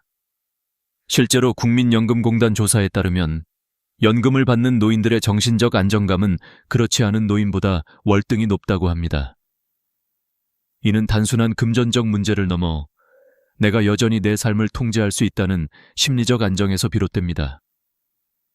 그리고 자녀와의 관계에서도 변화가 필요합니다. 자녀를 끝까지 품 안에 두려 하지 말고 독립적인 인격체로 인정해야 합니다. 어떤 어머니는 이렇게 말했습니다. 나는 이제 아이들 인생의 조연일 뿐이다. 주연은 그들의 몫이다. 이 깨달음은 부모와 자녀 모두를 자유롭게 만듭니다. 부모는 더 이상 자녀에게 집착하지 않고 자녀는 부모를 부담스럽게 여기지 않습니다. 한국의 전통 가치관 속에서는 효가 매우 중요한 덕목이었습니다. 하지만 시대가 변하면서 효의 형태도 달라졌습니다. 과거에는 부모를 직접 모시는 것이 효였다면 이제는 부모가 스스로 존엄을 지키며 살아갈 수 있도록 존중하는 것이 진정한 효가 되었습니다. 그러기 위해서라도 부모 스스로 자녀에게 과도하게 의지하지 않고 자립을 유지하는 태도가 필요합니다. 여기서 한 가지 더 중요한 사실이 있습니다. 자녀에게 모든 걸 주고 나면 부모 자신이 잃는 것은 단순히 돈이 아닙니다. 바로 삶의 의미와 자존감입니다. 내가 쓸 돈도 없고 내가 결정할 권한도 없다면 결국 남은 건 무력감뿐입니다. 노년의 이런 무력감은 곧 우울증으로 이어지며 심리적 건강을 크게 해칩니다. 그러므로 우리가 선택해야 할 길은 분명합니다. 자녀를 사랑하되 집착하지 말 것, 돕도에 모든 것을 쏟아내지 말 것, 자녀에게 기대는 순간 부모는 자유를 잃습니다. 오히려 부모가 당당히 자기 삶을 살아갈 때 자녀는 더 큰 존경심을 품습니다. 이제 스스로에게 물어보아야 합니다. 나는 자녀에게 어떤 부모로 남고 싶은가? 모든 것을 주었지만 결국 원망만 남는 부모인가? 아니면 스스로의 삶을 지켜내며 끝까지 존엄을 유지하는 부모인가? 그 답은 결국 내 선택에 달려 있습니다. 행복한 노후의 네 번째 열쇠는 바로 여기 자녀 집착에서 벗어나는 데 있습니다. 사람들은 흔히 오래 사는 것을 축복이라 말합니다. 그러나 실제로는 오래 사는 것이 곧 행복을 보장하지 않습니다. 중요한 것은 얼마나 오래 사느냐가 아니라 얼마나 건강하게 사느냐입니다. 그래서 다섯 번째 열쇠는 바로 건강과 체력, 마지막 자산입니다. 서울대학교 의과대학 연구에 따르면 75세 이후 만성질환을 2가지 이상 겪는 비율은 60%에 달합니다. 하지만 주목해야 할 점은 질환의 개수가 늘어날수록 삶의 만족도는 기하급수적으로 떨어진다는 것입니다. 예를 들어 고혈압과 당뇨만 가진 노인은 여전히 산책을 즐길 수 있지만 여기에 관절염과 치매가 더해지면 일상생활의 독립성은 급격히 무너집니다. 결국 건강이 무너지면 남은 재산도 사회적 지위도 심지어 가족관계마저 지켜낼 수 없습니다. 특히 60세 이후에는 근육이 핵심입니다. 많은 분들이 여전히 체중 감량에 집착합니다. 그러나 의학적으로는 체중보다 근육량이 더 중요합니다. 한국노인학회의 보고서에 따르면 허벅지 근육이 두꺼운 노인은 그렇지 않은 노인보다 낙상 위험이 절반 이하로 줄어든다고 합니다. 간단한 테스트 방법도 있습니다. 양손 엄지와 검지로 동그라미를 만들어 종아리 가장 두꺼운 부분을 감싸보세요. 손가락이 닿지 않는다면 근육이 충분한 상태이고, 반대로 손가락이 맞닿거나 겹쳐진다면 근육이 부족하다는 신호입니다. 이 단순한 테스트가 노쇠의 경고등이 될 수 있습니다. 건강을 지키기 위해 가장 효과적인 방법은 규칙적인 운동입니다. 하지만 여기서 중요한 건 과도한 운동이 아니라 꾸준한 운동입니다. 하루 30분 걷기, 가벼운 근력 운동, 계단 오르기 같은 일상 속 작은 움직임이 쌓여 80세 이후를 지탱합니다. 실제로 90세에도 혼자 장을 보러 다니는 어르신들의 공통점은 거창한 운동이 아니라 매일 꾸준히 움직였다는 사실입니다. 식습관도 중요합니다. 나이가 들수록 입맛이 줄고 소화력이 떨어집니다. 그래서 많은 노인들이 칼로리 섭취를 줄이는데 이는 오히려 근육 손실을 가속화시킵니다. 단백질 섭취를 늘리고 채소와 과일을 균형 있게 섭취하며 수분을 충분히 마시는 것이 기본입니다. 미국의 한 노인 영양학 연구에서는 매일 체중 1kg당 1개 단백질을 섭취한 노인들이 그렇지 않은 그룹보다 근감소증 위험이 현저히 낮았다고 발표했습니다. 한국인의 식단에 맞게 콩, 두부, 생선, 계란 같은 단백질 식품을 적극적으로 활용하는 것이 필요합니다. 그리고 또 하나 간과하기 쉬운 부분은 바로 자세입니다. 허리가 굽고 어깨가 말리면 단순히 외모의 문제가 아니라 호흡 기능과 소화 기능에도 영향을 줍니다. 하루 5분 거울 앞에서 자신의 자세를 확인하고 벽에 등을 붙여 바르게 서는 습관만으로도 큰 차이를 만들 수 있습니다. 자세는 단순한 습관이지만 삶의 활력과 자신감을 결정짓는 중요한 요소입니다. 건강을 지키는 것은 단지 개인의 문제가 아니라 가족 전체의 문제이기도 합니다. 부모가 아프면 자녀도 고통을 함께 짊어져야 합니다. 하지만 부모가 건강하다면 자녀와의 관계는 오히려 더 행복해집니다. 어떤 의사는 이렇게 말했습니다. 부모의 건강은 자식에게 줄 수 있는 가장 큰 유산이다. 이 말은 단순한 은유가 아닙니다. 실제로 건강한 부모를 둔 자녀는 정서적 안정감이 높고 사회적 관계에서도 긍정적인 영향을 받는다고 합니다. 결국 건강은 노후의 마지막 자산입니다. 집, 돈, 명예는 남에게 빼앗길 수 있지만 건강은 스스로 지키는 한 내 편입니다. 물론 완벽하게 병을 피할 수는 없습니다. 그러나 늦게 병에 걸리고 병에 걸리더라도 빨리 회복할 수 있는 몸을 만드는 것은 우리의 선택에 달려 있습니다. 이제 스스로에게 물어야 합니다. 나는 오늘 내 몸을 위해 무엇을 했는가? 30분이라도 걸었는가? 단백질이 포함된 식사를 했는가? 자세를 바르게 유지했는가? 답이 예라면 그것만으로도 내일의 건강은 한 걸음 더 가까워집니다. 노년의 행복은 결국 몸이 지켜줍니다. 건강은 단순한 수명이 아니라 자유를 주는 힘입니다. 자유롭게 걷고, 자유롭게 먹고, 자유롭게 웃을 수 있다면 그것이야말로 진짜 부자입니다. 그러니 오늘부터라도 내 몸을 위해 가장 작은 실천을 시작해야 합니다. 그것이 곧 내일의 존엄과 독립을 보장하는 길입니다. 노년을 살아가는 데 있어서 마지막으로 꼭 기억해야 할 열쇠는 기억보다 마음의 자유입니다. 우리는 흔히 지나온 날들을 되돌아보며 후회하거나 미래를 과도하게 걱정하며 현재를 놓치곤 합니다. 하지만 삶의 본질은 이미 우리 손안에 있습니다. 인생을 단순하게 바라볼 수 있는 용기, 필요 없는 짐을 덜어낼 수 있는 지혜, 이것이야말로 품위 있는 노후의 비밀입니다. 삶에는 반드시 잊어도 좋은 것들이 있습니다. 젊은 시절의 치열한 경쟁, 남과의 끝없는 비교, 지나간 실패와 상처, 그리고 이미 떠나간 사람들에 대한 집착까지. 이런 것들을 계속 붙잡고 있으면 결국 현재의 행복은 사라집니다. 경제학에서 말하는 파레토 법칙, 즉 20대 80 법칙을 떠올려 보세요. 인생에서 진짜 중요한 것은 20%에 불과합니다. 가족과 함께 밥을 먹을 수 있는 시간, 스스로 걸을 수 있는 두 다리, 좋아하는 음악과 책을 즐길 수 있는 자유.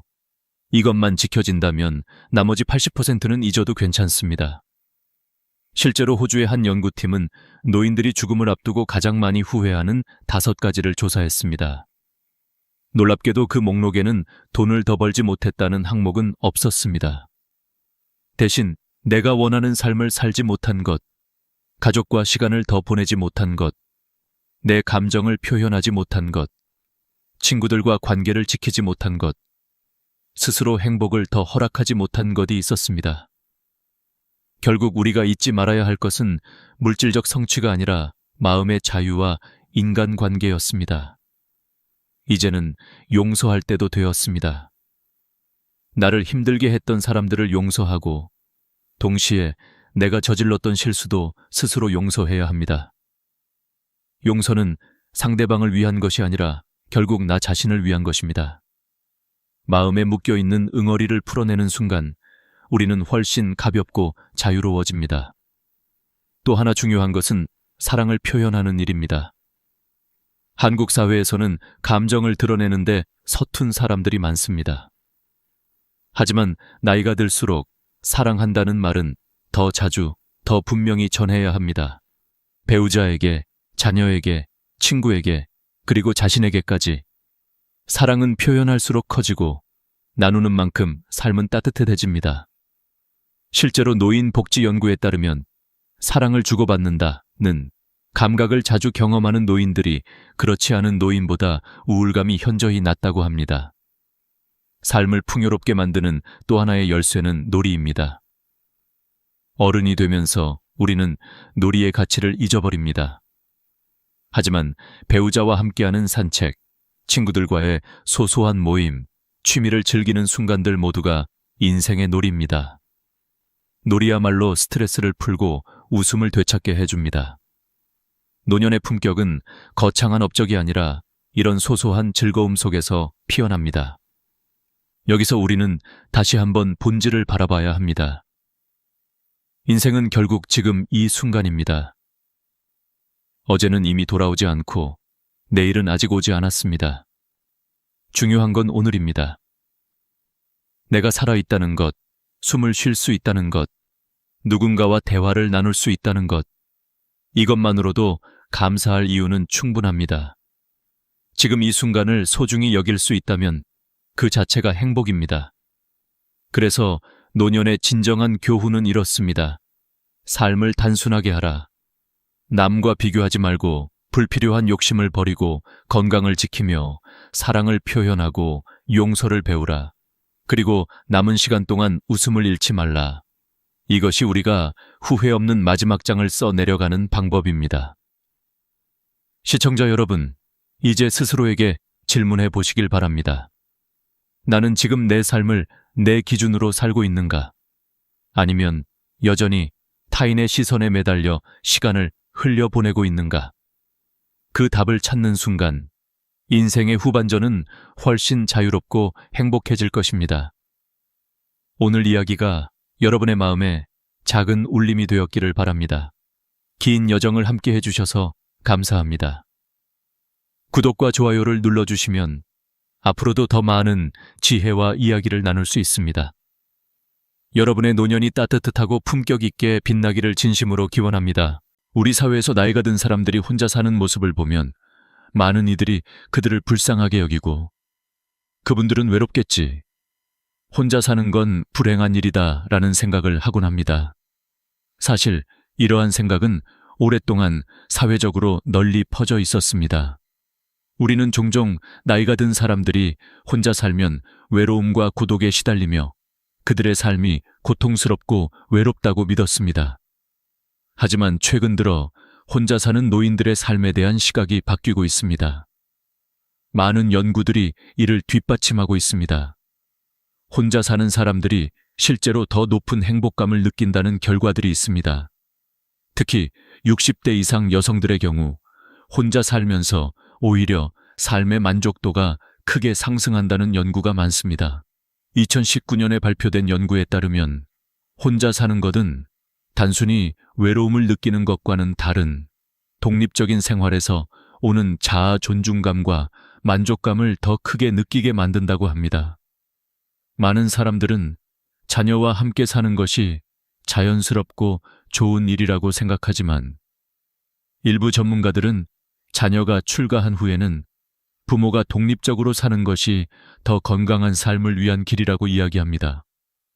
그렇다면 왜 혼자 살 때 행복 지수가 더 높을까요? 그 이유는 바로 개인의 자유와 독립성에 있습니다. 혼자 살면서 자신만의 일정을 조정하고 자신의 관심사에 몰두할 수 있는 시간적 여유가 생깁니다. 이로 인해 사람들은 자기 자신에게 더 많은 시간을 투자할 수 있게 되며 더 건강한 정신적, 육체적 상태를 유지할 수 있습니다. 혼자 살 때 자신이 무엇을 좋아하고 무엇이 행복을 주는지에 대한 이해가 더 깊어지고 그 결과 더 행복해질 수 있습니다. 물론 혼자 사는 것에 대한 부정적인 생각을 가진 사람들도 많습니다. 특히 가족과 함께 살 때의 따뜻함과 위로를 기대하는 사람들은 혼자 사는 삶을 너무 차가운 것처럼 느낄 수 있습니다. 하지만 사실 혼자 사는 삶이 외롭고 힘든 것만은 아닙니다. 오히려 혼자 살아도 충분히 행복할 수 있다는 점을 많은 사람들이 깨닫게 되었습니다. 혼자 사는 사람들은 더 이상 가족에 의존하지 않고 스스로의 힘으로 삶을 꾸려 나갑니다. 그들은 자신의 생활을 스스로 책임지며 이를 통해 얻는 자부심이 매우 큽니다. 또한 혼자 살면서 배우는 것들도 많습니다. 예를 들어 집안일을 혼자 하면서 자립심을 기르고 건강을 유지하기 위해 운동을 시작하거나 새로운 취미를 가지는 경우가 많습니다.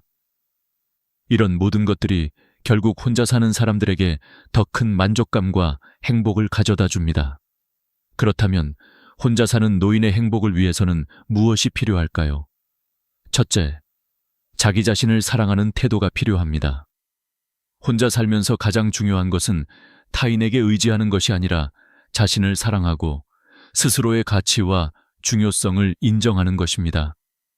이는 단순히 혼자 살아도 괜찮다는 마음가짐만으로도 가능해집니다.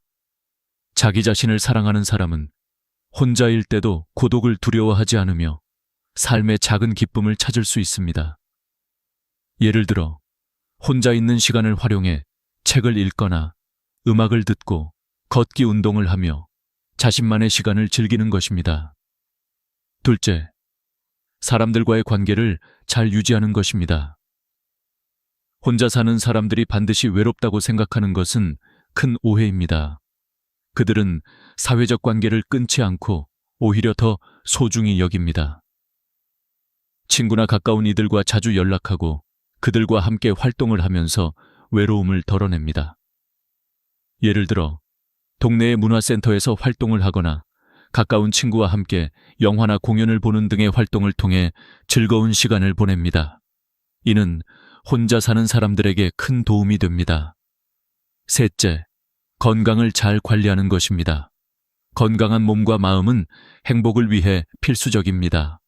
혼자 살면서 자기를 돌보는 법을 배우고 규칙적인 운동을 하고 균형 잡힌 식사를 하는 등 스스로의 건강을 챙기는 일은 매우 중요합니다. 많은 혼자 사는 사람들은 건강을 위해 꾸준히 운동을 하고 식사나 잠의 질을 관리하여 좋은 컨디션을 유지합니다. 이렇게 혼자 사는 삶을 잘 이끌어 나가는 사람들은 자주 혼자 살게 되어 좋다라고 이야기합니다. 그들은 더 이상 가족이나 타인의 기대에 얽매이지 않고 자신만의 방식으로 삶을 즐깁니다.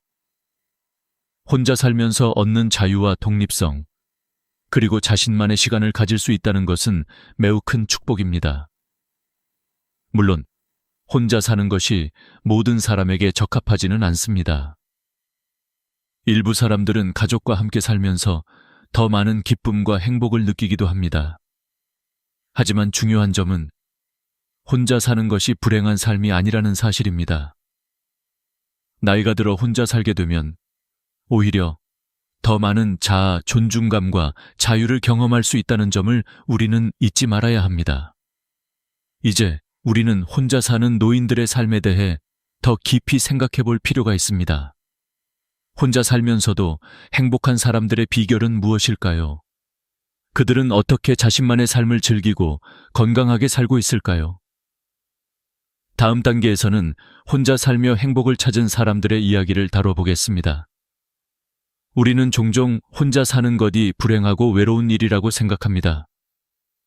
그러나 연구 결과는 완전히 다른 이야기를 들려줍니다. 사실 여러 연구에서 혼자 살고 있는 사람들이 더 높은 행복 지수를 보인다는 결론을 내린 바 있습니다. 특히 60대 이상의 여성들이 혼자 살 때 행복감이 더욱 높아진다는 연구 결과는 매우 주목할 만합니다.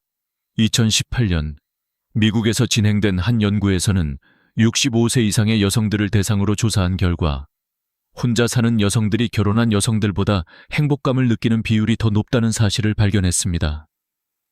이 연구는 사람들이 혼자 사는 것이 필연적으로 외로움과 고독을 의미하는 것이 아니라는 중요한 사실을 보여주었습니다. 그들의 연구에 따르면 혼자 사는 사람들은 자아 존중감이 높고 삶에 대한 통제력이 더 강하게 느껴져 더 행복한 생활을 영위한다고 합니다. 이와 같은 연구는 단순히 혼자 사는 것이 더 좋다는 결론을 내리는 것에 그치지 않고 혼자 살 때의 긍정적인 면을 더욱 구체적으로 드러냅니다. 특히 혼자 사는 사람들은 대개 자신만의 시간과 공간을 즐기며 타인의 간섭 없이 자유롭게 생활할 수 있습니다. 이는 자신의 감정을 더 잘 알게 되고 자아 성찰을 통해 더 건강한 마음가짐을 가질 수 있게 만듭니다. 실제로 연구자들은 혼자 살 때의 독립적인 삶이 행복감을 증가시킨다고 설명합니다. 독립적인 삶을 살면서 자신이 원하는 대로 일상을 꾸려나갈 수 있다는 점이 혼자 사는 사람들에게 더 큰 만족감을 줍니다. 그들은 타인의 기대나 의무에서 벗어나 자신만의 규칙과 방식을 설정하며 이를 통해 더 큰 자유를 만끽하게 됩니다. 혼자 살면서 얻는 자유는 정신적으로나 신체적으로나 긍정적인 영향을 미칩니다. 자녀가 떠난 후 많은 노인들이 더 이상 육체적으로나 정신적으로 의존하지 않고 자신의 생활을 주도적으로 이끌어갑니다. 이로 인해 스트레스가 줄어들고 더 나아가 삶의 질도 높아집니다. 물론 혼자 사는 것이 항상 쉽지는 않지만 많은 사람들은 이를 통해 더 큰 자아, 존중감과 독립성을 느끼게 됩니다. 이와 관련된 또 다른 연구는 70대 이상의 남녀를 대상으로 한 것입니다. 이 연구에서 사람들은 혼자 살 때 행복 지수가 상대적으로 높고 자신감도 높아진다고 보고했습니다. 이 연구는 사람들이 나이가 들수록 타인에게 의지하는 것보다는 자신만의 방식으로 살기를 원하고 그로 인해 더 만족스러운 삶을 살게 된다는 점을 강조하고 있습니다. 실제로 나이가 든 사람들은 혼자 살면서 자신의 취미나 관심사를 재발견하고 그것을 통해 정신적, 신체적 건강을 유지하려고 노력합니다. 예를 들어 그림 그리기, 글쓰기, 운동 등 다양한 활동을 통해 자신을 표현하고 자기 개발을 지속적으로 할 수 있는 기회를 가지게 됩니다. 이러한 과정은 그들에게 큰 행복과 만족을 안겨줍니다. 하지만 이 연구들은 단지 혼자 사는 것이 무조건 행복하다는 것을 주장하는 것은 아닙니다. 혼자 사는 사람들 중 일부는 여전히 외로움을 느끼거나 다른 형태의 스트레스를 경험할 수도 있습니다. 중요한 점은 혼자 살 때의 독립적인 삶이 각 개인에게 맞을 수 있으며 이때의 행복감은 사람의 성격과 삶의 태도에 따라 달라진다는 것입니다. 이러한 연구들은 혼자 사는 것이 꼭 외롭고 불행한 일만은 아니라는 점을 명확히 보여주며 오히려 자아 존중감을 높이고 독립적인 삶을 살 수 있는 기회를 제공한다고 말해주고 있습니다. 혼자 살면서 행복감을 느낄 수 있는 방법은 사람마다 다를 수 있지만 중요한 것은 자신이 원하는 대로 살 수 있다는 자유와 자아 존중감을 얻는 것입니다. 또한 혼자 사는 사람들이 더 행복하다고 해서 모든 사람이 혼자 사는 것이 더 좋다는 결론을 내릴 수는 없습니다. 일부 사람들에게는 가족과 함께 사는 것이 더 큰 만족감을 줄 수 있기 때문입니다. 하지만 중요한 것은 혼자 살 때 얻을 수 있는 자유와 독립성을 강조하며 이를 통해 자신만의 행복을 찾을 수 있다는 점입니다. 혼자 사는 것이 단순히 외로움을 의미하지 않으며 오히려 더 높은 자아 존중감과 삶의 만족도를 느낄 수 있는 기회가 될 수 있다는 점을 많은 사람들이 이해해야 합니다. 이러한 연구 결과들은 우리가 혼자 살고 있는 사람들에 대한 인식을 변화시킬 수 있는 중요한 정보입니다. 앞으로는 혼자 사는 사람들에 대한 편견을 줄이고 그들이 자유롭고 독립적인 삶을 살 수 있도록 지원해야 할 때입니다. 혼자 사는 삶에 대한 또 다른 큰 오해는 바로 외로움입니다. 많은 사람들은 혼자 사는 것이 외로움을 동반한다고 생각합니다. 그러나 혼자 사는 사람들이 느끼는 외로움은 우리가 일반적으로 생각하는 것과는 다릅니다. 사실 혼자 있는 것과 외로움을 느끼는 것은 별개의 문제일 수 있습니다. 혼자 있다는 것이 반드시 외로움을 의미하지 않으며 자아 존중감이 높고 내적 성찰이 가능해지면 외로움을 극복할 수 있습니다. 많은 연구에서 외로움의 정의는 단순히 사람이 혼자 있다는 것만으로는 발생하지 않는다고 말합니다. 외로움은 인간관계에서의 단절, 즉 누군가와의 소통이 결여되었을 때 발생하는 감정입니다. 예를 들어 가족과 함께 살고 있거나 많은 사람들과 접촉하고 있지만 그들과의 관계가 깊지 않거나 진정성이 결여되어 있으면 오히려 더 큰 외로움을 느낄 수 있습니다. 반면 혼자 살고 있지만 자신만의 가치관과 목표를 가지고 자립적으로 살아가는 사람들은 외로움을 덜 느끼고 오히려 삶에 대한 만족도가 높습니다. 이런 점에서 중요한 것은 외로움과 고독의 차이를 아는 것입니다. 고독은 스스로 선택할 수 있는 상태로 자기 자신과의 대화나 내적 성찰의 시간을 가질 수 있는 기회를 제공합니다. 반면 외로움은 타인과의 연결이 단절된 상태에서 발생하는 감정으로 사람들은 이를 피하고자 끊임없이 타인과의 관계를 추구하게 됩니다. 결국 혼자 살면서 고독을 즐기고 외로움을 극복하는 것이 중요합니다. 자아 존중감이 높은 사람들은 혼자 있을 때에도 자신의 존재를 인정하고 사랑할 수 있습니다. 이는 외로움을 넘어서 자신의 삶을 의미 있게 살아가는 데 필요한 중요한 요소입니다. 예를 들어 혼자 있는 시간 동안 책을 읽거나 여행을 가거나 새로운 취미를 시작하는 등 자신의 삶을 즐길 수 있는 방법을 찾습니다. 이런 활동들은 그들에게 긍정적인 에너지를 주고 외로움을 극복하는 데 도움을 줍니다. 자아 존중감을 높이기 위한 첫 번째 단계는 바로 자신을 사랑하는 것입니다. 자신을 사랑한다는 것은 단순히 자기애적인 의미가 아니라 자신의 생각과 감정을 인정하고 존중하는 것을 의미합니다. 혼자 살면서 이 자아 존중감이 높아지면 외로움이라는 감정을 자연스럽게 이겨낼 수 있습니다. 혼자일 때 우리는 우리 자신의 가치와 중요성을 더욱 깊이 이해하고 이를 바탕으로 내면의 평화를 찾을 수 있습니다. 또한 사람들과의 관계에서 갈등이 발생할 때 자아 존중감이 높은 사람들은 타인의 기대에 휘둘리지 않고 자신의 원칙을 지키는 편입니다. 예를 들어 가족이나 친구들이 기대하는 대로 살지 않고 자신의 삶을 스스로 설계합니다. 그들은 다른 사람들의 기대를 충족시키는 것보다 자신이 원하는 삶을 살아가는 데 집중합니다. 이를 통해 그들은 자신에게 더 많은 자유를 주고 내적 평화와 행복감을 찾을 수 있습니다.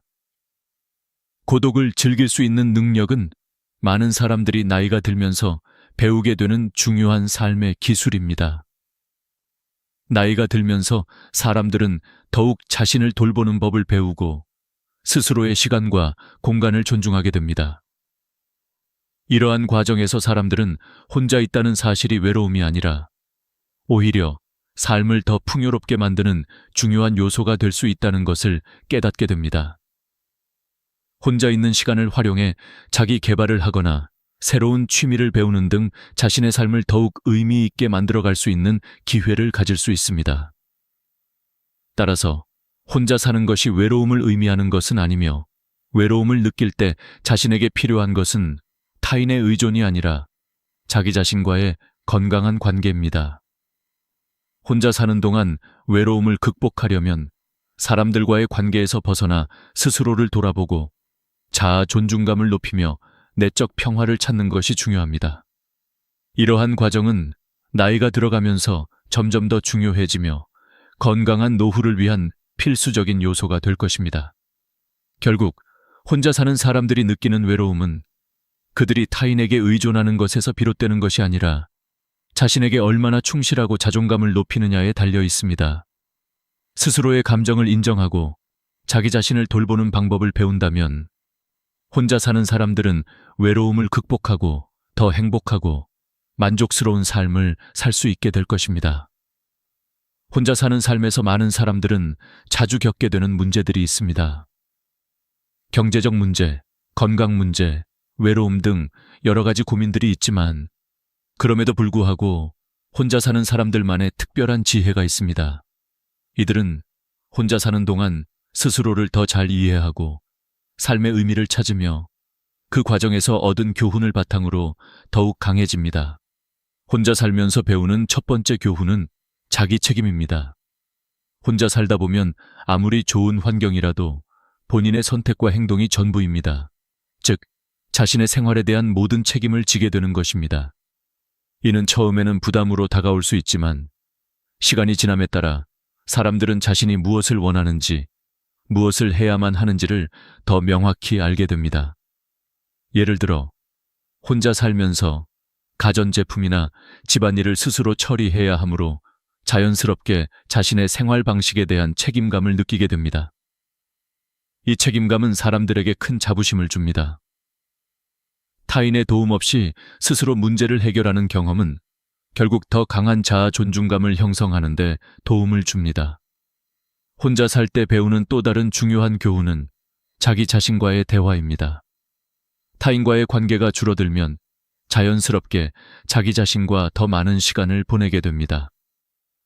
이때 사람들은 스스로를 더 잘 이해하고 자기의 감정이나 생각을 정리하는 시간이 많아집니다. 사람들은 종종 일상에 쫓기며 자기 자신과 대화할 시간을 잃고 살지만 혼자 살면서 얻게 되는 큰 장점 중 하나는 바로 이 자기와의 대화입니다.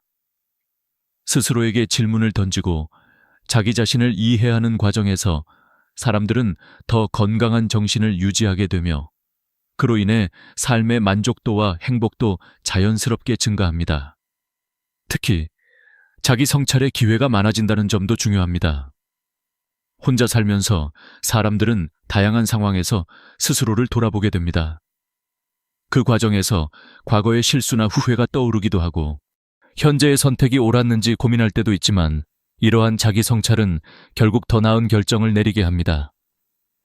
예를 들어 내가 지금까지 해온 일들이 정말 나에게 의미 있는 일이었나? 내가 지금 원하는 삶은 무엇일까? 와 같은 질문들을 던지면서 사람들은 점차 자신이 원하는 방향으로 나아갈 수 있는 능력을 키웁니다. 이런 성찰의 과정은 혼자 살면서만 경험할 수 있는 중요한 장점입니다. 혼자 살면서 중요한 또 다른 교훈은 자기 관리 능력입니다. 혼자 살면 아무리 어려운 상황이라도 스스로 해결해야 하기 때문에 자연스럽게 자기 관리 능력이 향상됩니다. 예를 들어 혼자 사는 사람들은 자기 건강을 더 잘 관리하고 스스로에게 필요한 것들을 제대로 챙길 수 있는 능력을 기르게 됩니다. 사람들은 가끔 타인의 도움이 없으면 일을 시작할 수 없다고 느낄 때가 많지만 혼자 살면서 독립적으로 생활을 하다 보면 필요한 모든 것을 스스로 할 수 있는 자신감을 얻게 됩니다. 또한 자기 관리 능력이 향상되면 생활의 질도 높아지고 더 건강한 삶을 유지할 수 있게 됩니다. 이러한 교훈들은 단순히 혼자 사는 사람들에게만 적용되는 것은 아닙니다. 실제로 많은 사람들이 직장이나 가정에서 바쁘게 살아가며 자기 관리나 자기 성찰을 소홀히 하곤 합니다.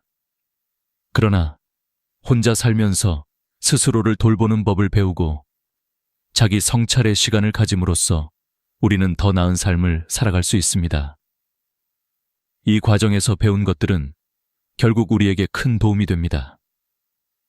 사람은 누구나 자신만의 방식으로 인생을 살아가야 하며 때때로 혼자 살면서 얻을 수 있는 지혜와 교훈들이 그 삶을 더욱 풍요롭고 의미 있게 만듭니다.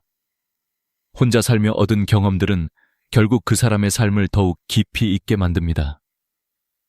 혼자 사는 동안 사람들은 단순히 고독을 피하는 것이 아니라 고독 속에서 스스로의 내면을 탐구하고 자신만의 삶의 의미를 찾아가는 여정을 떠납니다.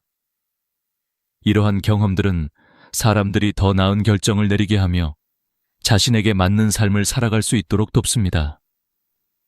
또한 이러한 과정에서 사람들은 더 깊은 인간관계를 맺을 수 있습니다. 혼자 살면서 외로움을 느끼지 않게 되는 것은 결국 사람들과의 관계에서 더 진정성과 깊이를 추구하기 때문입니다.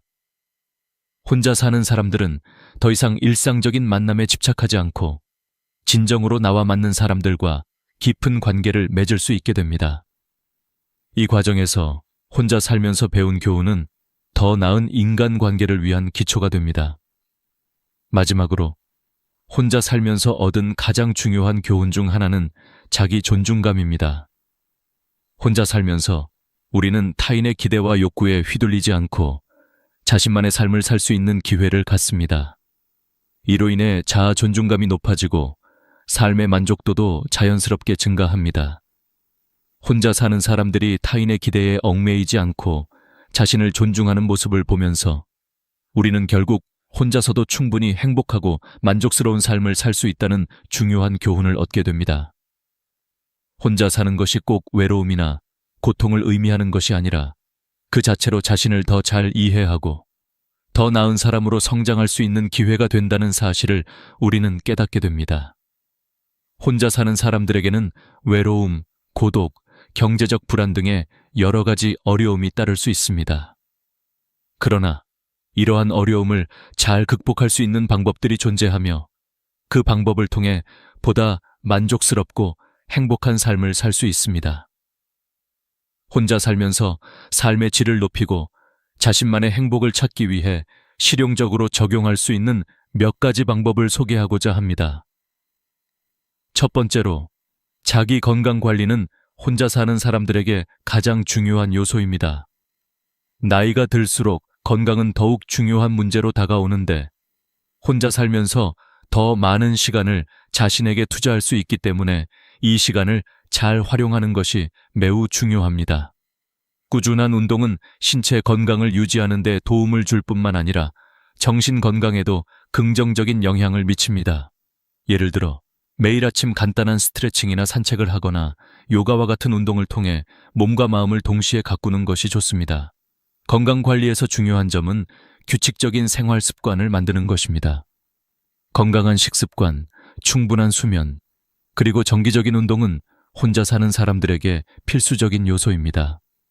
이는 나이가 들수록 더 중요한 부분이므로 스스로의 건강을 잘 챙기는 습관을 들이는 것이 삶의 질을 높이는 데 큰 도움이 됩니다. 두 번째로, 자기 관리와 자기 성찰은 혼자 사는 사람들에게 중요한 부분입니다. 혼자 살다 보면 자신의 감정이나 생각을 잘 정리할 수 있는 시간이 많아집니다. 이 시간을 활용해 자신을 돌아보고 자기 성찰의 시간을 가지는 것은 매우 중요합니다.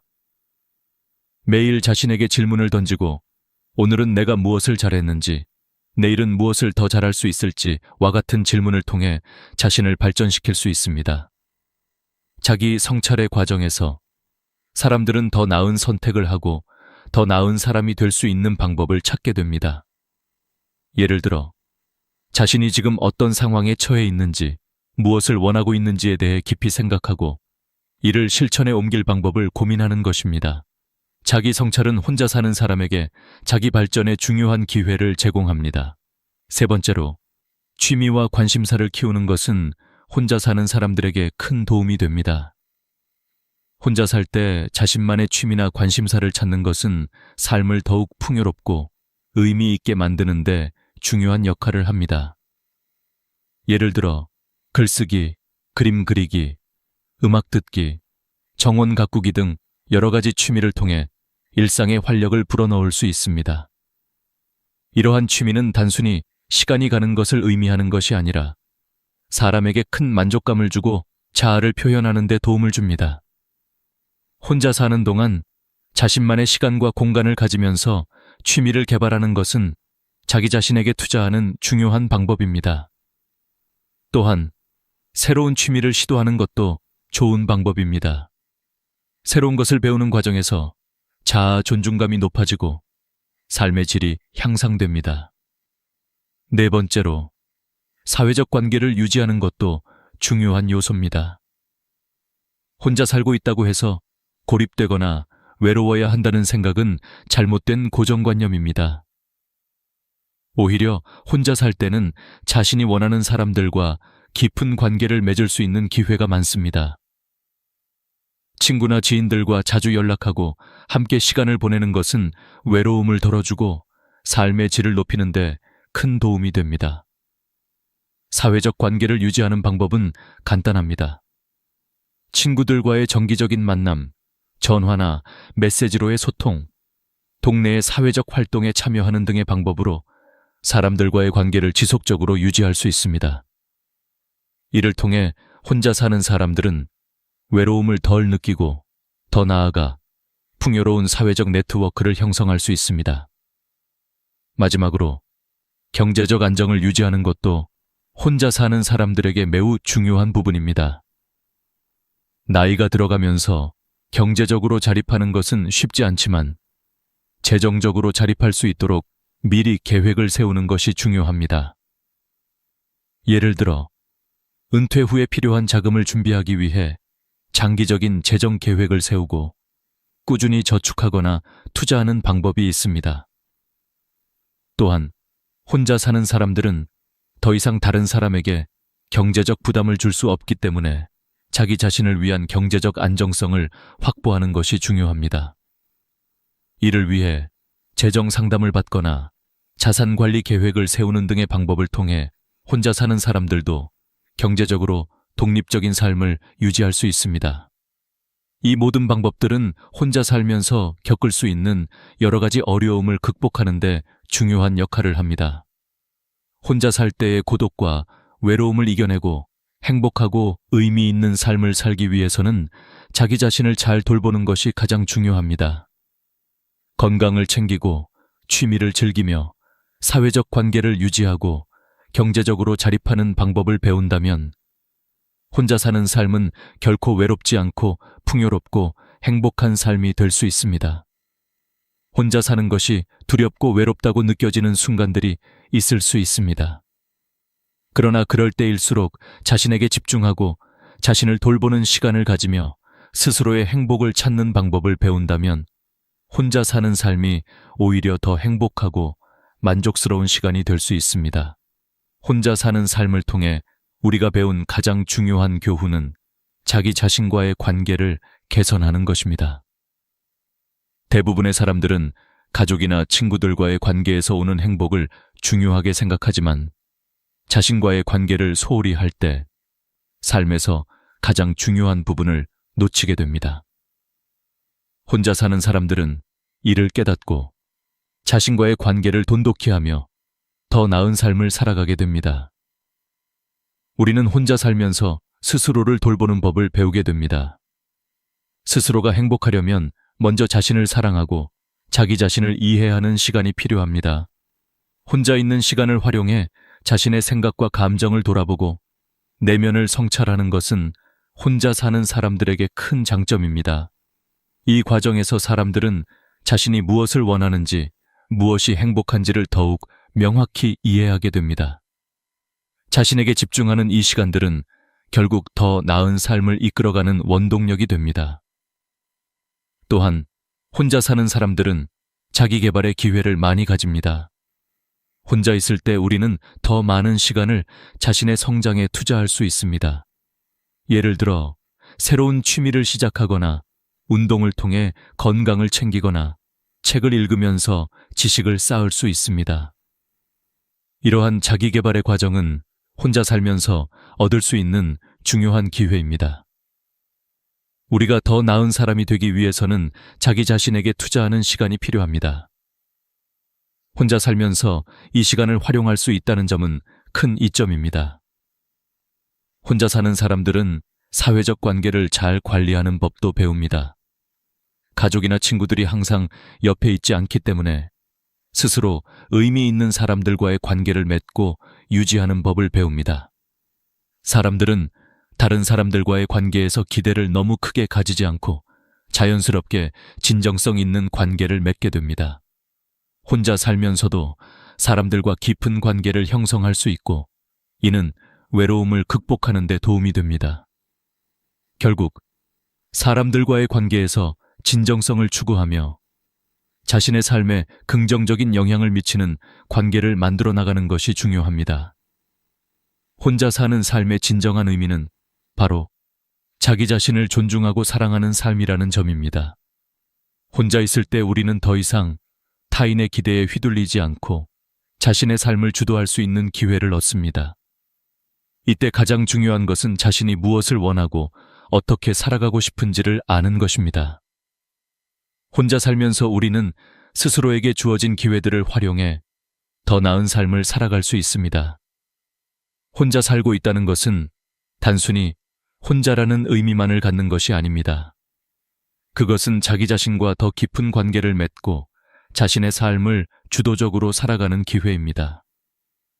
혼자 사는 사람들은 그 어느 때보다 자신을 돌보는 법을 배우고 더 나아가 자신의 삶에 대한 책임감을 느끼며 그것이 결국 더 큰 만족감과 행복을 가져옵니다.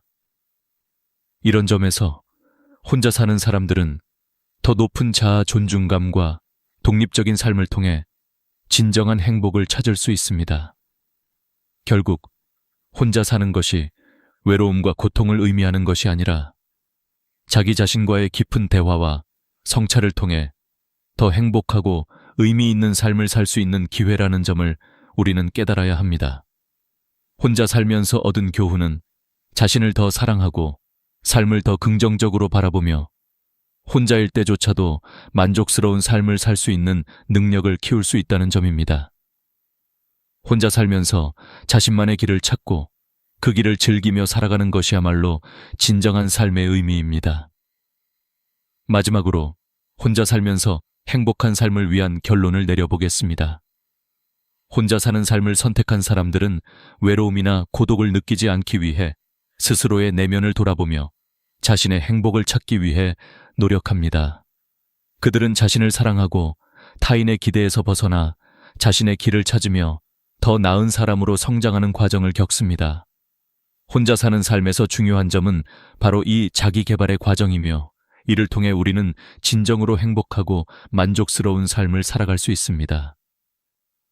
혼자 사는 것이 두렵고 어려운 일처럼 보일 수 있지만 그것은 우리가 스스로의 삶을 책임지고 더 나은 삶을 추구할 수 있는 기회입니다. 혼자 살면서 얻은 교훈들은 우리가 인생에서 더 나은 선택을 할 수 있게 돕고 결국 우리를 더 나은 사람으로 만들어줍니다.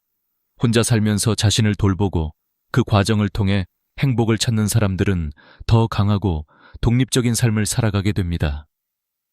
혼자 사는 것에 대한 새로운 시각을 갖고 이를 통해 얻을 수 있는 지혜와 행복을 찾는 여러분이 되기를 바랍니다.